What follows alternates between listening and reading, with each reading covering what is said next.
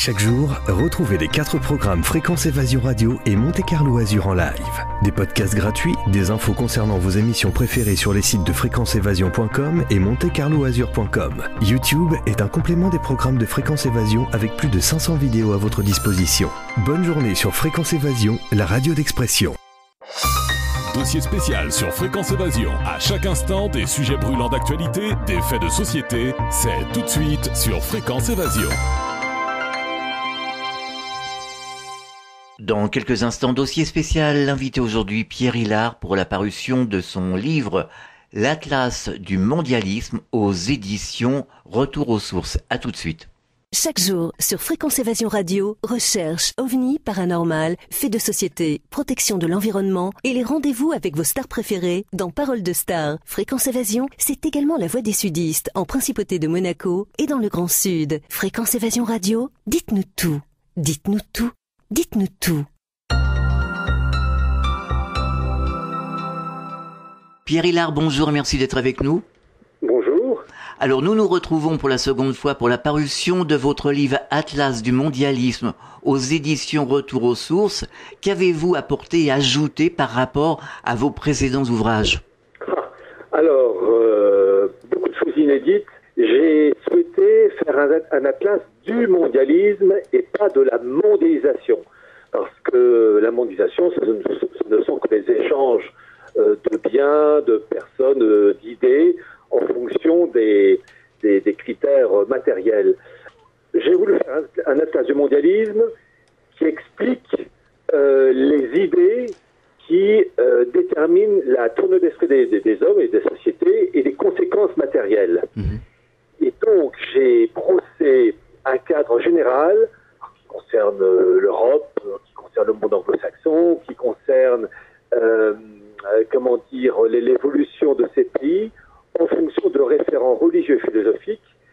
Et le cœur du sujet a consisté à expliquer le rôle du judaïsme talmudique, plus exactement le judaïsme avant le Christ et le nouveau judaïsme qui n'a rien à voir après le Christ avec le Talmud, Mishnah, Gemara, etc. en opposition avec le catholicisme et de montrer les conséquences politiques et religieuses avec des répercussions comme par exemple, je cite 1492, l'expulsion des Juifs d'Espagne, avec la Renaissance, la Réforme, 1789, le 19e siècle avec la montée en puissance de la haute finance juive avec les Rothschild, la révolution bolchevique, j'ai oublié évidemment Napoléon Ier, mais qui a joué un grand rôle aussi, enfin il y a eu un impact, l'aspect aussi nazi jusqu'à notre époque. Alors vous dites qu'il va se produire une bascule dans peu de temps. Selon vous, à quoi devons-nous nous attendre, positif ou négatif pour le peuple? Alors la bascule, voyez-vous, j'ai mis en épigraphe pour le livre les temps sont mûrs, les phrases courtes. J'ai souhaité mettre cela parce que la finalité c'est quoi? L'Atlas du mondialisme a pour objectif de montrer que la finalité c'est un gouvernement mondial, une monnaie mondiale, une religion mondiale. Et on y arrive. Mais pour atteindre cet idéal, et je mets des guillemets parce que c'est pas le mien en tout cas, l'objectif étant donc un gouvernement mondial, une monnaie mondiale, une religion mondiale, cela passe d'abord par une zone transitoire, violente, brutale, qui se traduit par des guerres, par des crises économiques.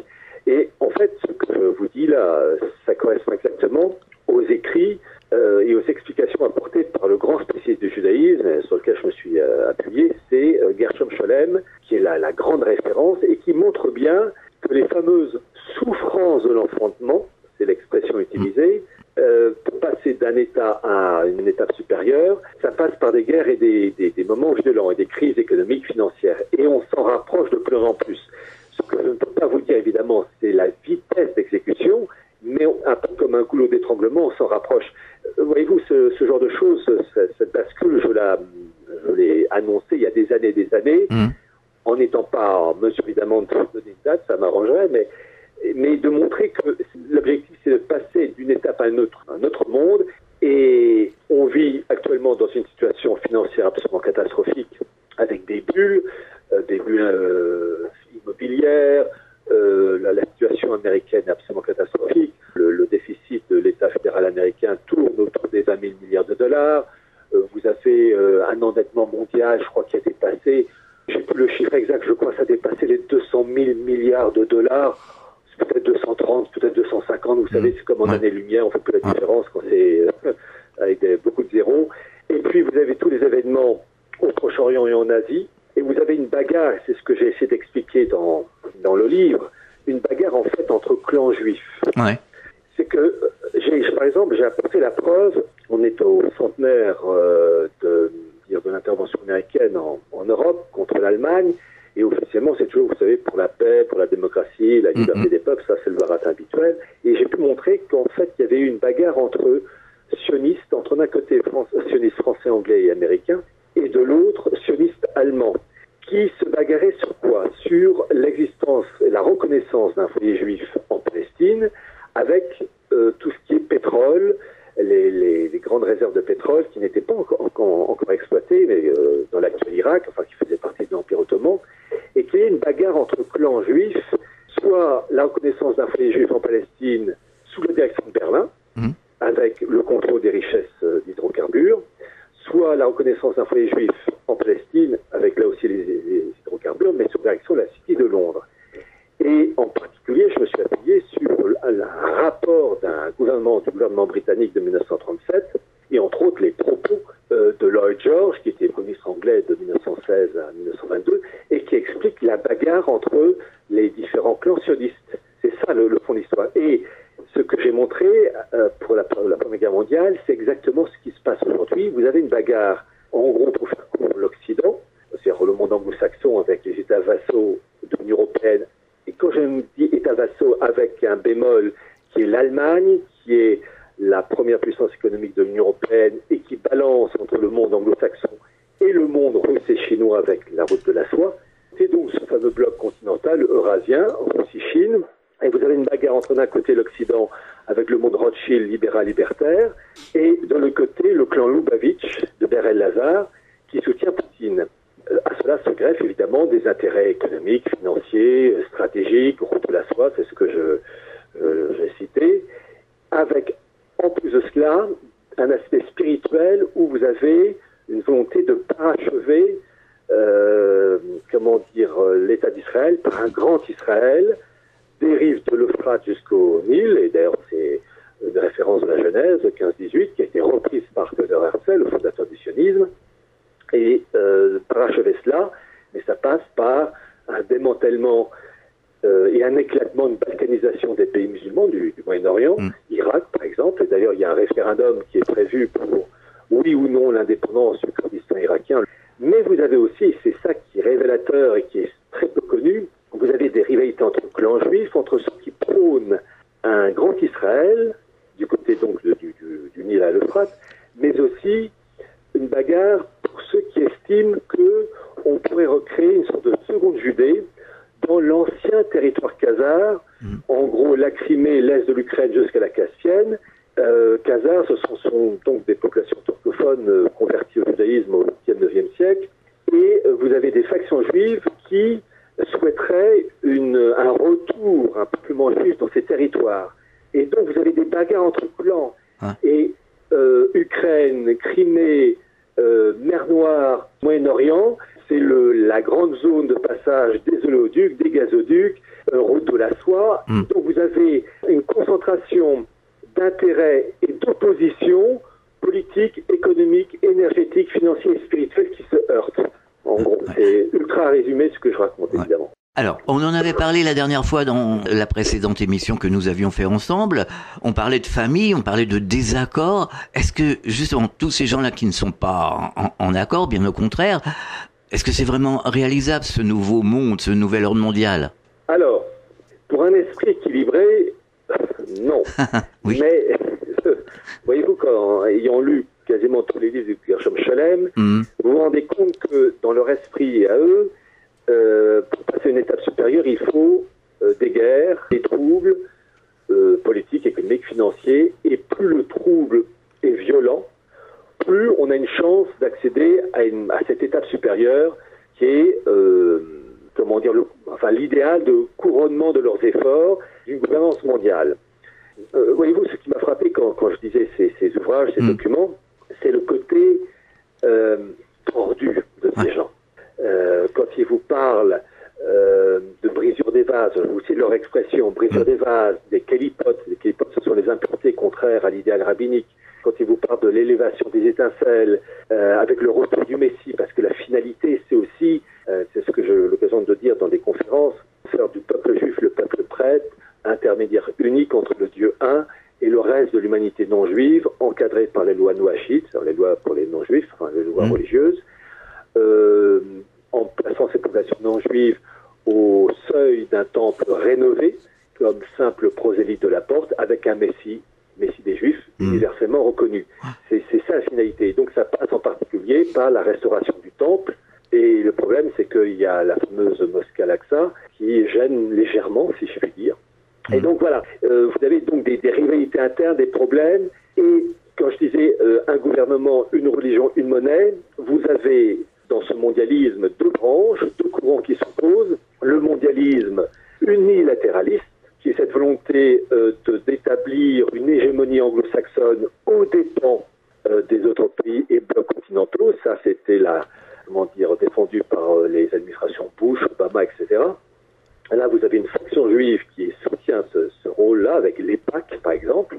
Et puis de l'autre, vous avez ce qu'on appelle le mondialisme planétarien, qui, lui, est défendu par Vladimir Poutine, et je cite en particulier son fameux et extraordinaire discours de 2014, le discours de Valdai, où il dit qu'il est pour un nouvel ordre mondial, politique, économique, juridique, avec des unions régionales, mais, ajoute-t-il, nous n'arrivons pas à nous entendre avec les anglo-saxons dans ce partage équitable des richesses. Donc vous avez deux branches qui s'opposent, une branche qui veut tout, la branche anglo-saxonne jusqu'à Obama, et puis une autre branche qui voudrait un partage équitable de cette gouvernance mondiale. Alors, dans la situation maintenant de l'administration Trump, vous avez des luttes internes entre les factions anglo-saxonnes, où vous avez d'un côté la faction des néoconservateurs qui souhaiteraient continuer dans la tradition de Bush et Obama, avec par exemple John McCain, et vous avez Donald Trump qui, lui, à titre personnel, d'après ce que j'ai pu lire, comprendre, se rangeait plutôt vers le concept de Vladimir Poutine. Ouais.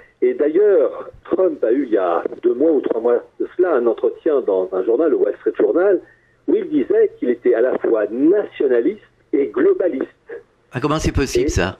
Alors, en fait, il y a une branche mondialiste qui souhaiterait, et Trump semblerait se ranger de ce côté-là, organiser un bloc nord-américain suffisamment puissant pour peser assez lourd dans la gouvernance mondiale, sans pour autant imposer ses vues.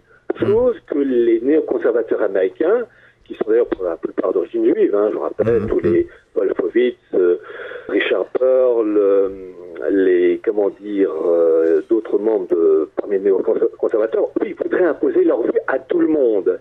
En fait, vous avez une bagarre entre les factions oligarchiques, entre ces deux factions mondialistes, unilatéralistes et planétariennes, et tout le problème réside dans le partage des intérêts de chaque faction oligarchique, partage, réglage et hiérarchisation des intérêts. Et pour le moment, ils ne s'entendent pas. Vous savez, moi je dis toujours que le mondialisme, c'est un enfer divisé contre lui-même. Voilà. Pierre Hillard, on marque une pause, on revient dans quelques instants. Chaque jour sur Fréquence Évasion Radio, vos rendez-vous quotidiens. Écoutez Fréquence Évasion en téléchargeant l'application iPhone ou Android et retrouvez-nous sur www.fréquenceévasion.com. Infos, chroniques, interviews et détente. Fréquence Évasion Radio, dites-nous tout. Fréquence Évasion. Fréquence Évasion. Nous sommes de retour pour la deuxième partie de l'émission Dossier spécial, toujours en compagnie de notre invité Pierre Hillard pour la parution de son livre Atlas du mondialisme aux éditions Retour aux sources. Alors, selon vous, aujourd'hui, où en sommes-nous justement au niveau de ce plan de mondialisation ? Est-ce que c'est vraiment viable ? Est-ce que c'est vraiment sérieux ? Alors là, on est à la croisée des chemins. Croisée des chemins, là aussi, autant je peux vous affirmer qu'on va se diriger vers une bascule, et une bascule violente. Après, je ne peux pas vous dire la vitesse d'exécution, mais ils veulent parachever leur idéal, si on peut appeler ça, mais il y a des bagarres internes, et à un moment donné, dans cette bagarre, eh bien, à force de se taper, il y en a un qui essaiera de taper un peu plus sur l'autre. D'habitude, et à un moment donné, ça va dégénérer. Ouais. Et c'est ça, en fait, c'est ça la finalité. Ça passera par ce que, comment on dit, je crois que c'était H.G. Wells, dans son livre La destruction libératrice, de 1914, je dis bien 1914, qui raconte dans son livre que la gouvernance mondiale aboutit à la création d'un monde unifié avec 10 blocs continentaux, donnant naissance à un nouvel ordre mondial. D'ailleurs, c'est l'expression qui est déjà utilisée en 1914, mais ça passe d'abord par un conflit mondial, qui d'une certaine manière est une sorte de sacrifice, au sens biblique du terme, pour atteindre l'idéal suprême, dans leur esprit à eux, dans leur esprit tordu. Oui, bien sûr. Alors aujourd'hui, faut-il prendre des dispositions pour se protéger, et si oui, lesquelles? Alors, disposition de la Russie de Poutine, qui donc, je rappelle, défend un mondialisme où on partage les intérêts, où il y a, comment dire, les intérêts de chacun soient respectés. On voit une alliance resserrée avec le monde chinois. Il y a eu récemment des manœuvres des marines russes et chinoises en mer Baltique. Et je ne peux pas vous cacher que je vois la situation d'une manière, disons que la corde se tend. Et ma foi, entre l'effondrement du système financier qui se fera un jour ou l'autre, et les rivalités stratégiques économiques en Proche-Orient et puis en Asie. Bon, je vais vous citer un exemple pour vous montrer comme on se rapproche. Vous avez eu en 1988 la revue The Economist qui appelait pour 2018 à l'instauration d'une monnaie mondiale appelée Phoenix. Bon, peu importe le nom et même la date. Ils disent 2018, il peut avoir un décalage de 1 an ou 2 ou un peu plus. Mais lorsque c'est une revue de cette importance annonce l'instauration d'une monnaie mondiale, cela passe obligatoirement par un effondrement du dollar qui est encore la monnaie de référence, mais de moins en moins, puisque le dollar est de moins en moins utilisé dans les échanges internationaux. Donc à un moment donné, il va y avoir une rupture, une bascule, avec des conséquences donc économiques, financières, des répercussions d'ordre militaire. Voilà. Donc chacun se prépare à une bascule inéluctable, que ça soit du côté américain, que ça soit du côté russe, côté chinois. Je ne peux pas vous dire la date, mais bon, les temps sont mûrs. Alors, est-ce que vous auriez un message adressé aux auditeurs, justement, pour essayer de les rassurer, ou je ne sais pas? Parce que c'est vrai qu'une multitude d'auditeurs, de personnes se posent vraiment des questions. Je vais vous dire une chose. On vit une époque où on refuse de voir le réel. C'est vrai. Il faut dire aussi que les médias standards font tout pour nous bercer dans un monde illusoire. Il suffit de regarder les pseudo-informations du journal de 20 heures où fondamentalement on n'apprend rien. J'ai toujours dit, il faut se former. Il faut avoir une véritable culture religieuse, politique, historique, économique, sans être un érudit, mais il faut avoir des connaissances. Il faut se préparer à une bascule violente. Donc, ne pas hésiter à faire des réserves alimentaires, des filtres à eau. Il y a possibilité de se procurer des armes d'une manière tout à fait légale. On peut le faire. Donc, il faut que les gens qui écouteront cet entretien ne se bercent pas d'illusions. Il y aura tôt ou tard une bascule violente, guerre civile et guerre tout court. Je rappelle l'arrivée de plus en plus grande de migrants en France et en Europe. On assiste d'ailleurs à une politique de substitution et même de remplacement. Et d'ailleurs l'expression que j'utilise, remplacement, elle n'est même pas de moi. Elle est d'un rapport de l'ONU que je cite dans mon livre Atlas du mondialisme, qui a en couverture de son rapport le dossier, un programme de remplacement des populations par arrivée de populations extra-européennes. Donc on voit à un moment donné, il va avoir, vous savez, la goutte d'eau qui fait déborder le vase. Donc je demande aux gens, écoutez, je suis désolé, je suis pas là pour vous verser de belles paroles. À un moment donné, ça va lâcher. Il faut se préparer psychologiquement, il faut se préparer matériellement, il faut aussi se former parce que il y aura un renouveau par des gens ayant reçu une bonne formation politique, religieuse, économique, et on ne peut le faire qu'en période de stabilité ou de relative paix, parce que quand ça éclatera, on n'aura plus le temps de le faire. Mais bon, je ne veux pas m'amuser à bercer les auditeurs de douces paroles. Il faut s'attendre dans quelques temps. La date, je ne peux pas vous dire, mais dans quelques temps, une bascule. Et voilà. Et pour ceux qui le peuvent, peut-être fuir les villes. Alors oui, évidemment, ceux qui peuvent éviter les villes, il vaut mieux. Parce que Vous savez, une crise, c'est quoi? Ce sont des magasins qui vont être pillés, et des magasins alimentaires, puis à un moment donné, il y aura la famine. Et croyez-moi, le respect de la personne humaine, ça ne sera pas lourd. Et puis vous aurez aussi tout simplement des guerres entre communautés ethniques. Ouais. Mais je vais vous dire une chose, c'est triste à dire. Je parle des Français, mais c'est un phénomène qui concerne aussi les Italiens, les Allemands, les Hollandais, etc. Il y a un esprit efféminé chez les Français. Un esprit complètement déréglé. Et pour penser juste, il faut souffrir. On n'a pas le temps. Regardez, quand on voit le succès d'émissions pour la jeunesse, on présente des émissions particulières qui présentent des jeunes couples qui se déchirent. C'est horrible ça. Idylliques. Ouais. Elles ont un succès, ces émissions, mais ça révèle quoi? Ça révèle une décadence complète. L'humanité a besoin de grandes fessées. Et pour les survivants, parce que vu les moyens de destruction actuels, il faut parler comme ça, eh bien, quand un morceau de pain rassis deviendra un objet de valeur, je pense que les gens commenceront à raisonner de manière beaucoup plus juste et équilibrée.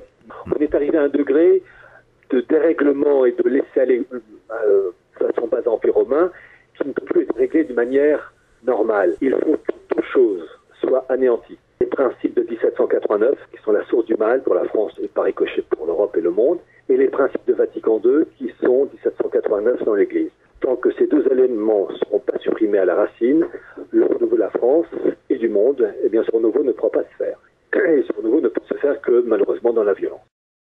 Vous donnez des conférences, vous avez des projets? Alors j'ai donné quelques conférences à Grenoble, Nice. Peut-être j'en donnerai une ou deux dans les mois qui viennent. Mais je vais vous dire, j'ai donc des conférences qui sont filmées, enfin qui sont sur Internet. Donc, pour les esprits curieux, ils tapent, par exemple, ils vont sur Culture Populaire, où j'ai fait une conférence à Nice, où je présente avec en plus des cartes sur un écran. Voilà, que les gens curieux aillent voir, mais je ne vais pas les multiplier, les conférences. Pourquoi? Tout simplement, si les personnes sont curieuses, il suffit de taper quelques mots-clés et on va tomber sur ces conférences, ou acheter le livre. Mais je ne veux pas me fatiguer à faire des conférences, à multiplier des conférences pour des gens qui n'en valent pas la peine, parce que ils s'intéressent à rien, parce que ils s'en foutent, parce que voilà, les seules personnes qui m'intéressent, ce sont les personnes curieuses qui sont prêtes à faire un effort. J'ai fait des conférences, j'ai un livre, vous voulez apprendre quelque chose, eh bien vous regardez ces conférences, vous achetez le livre si vous voulez aller plus loin, et puis terminé. Atlas du mondialisme aux éditions Retour aux sources. Pierre Hilard, merci et bon courage pour la suite en tout cas. Merci encore de m'avoir accordé cet entretien. Au revoir. Fréquence Évasion.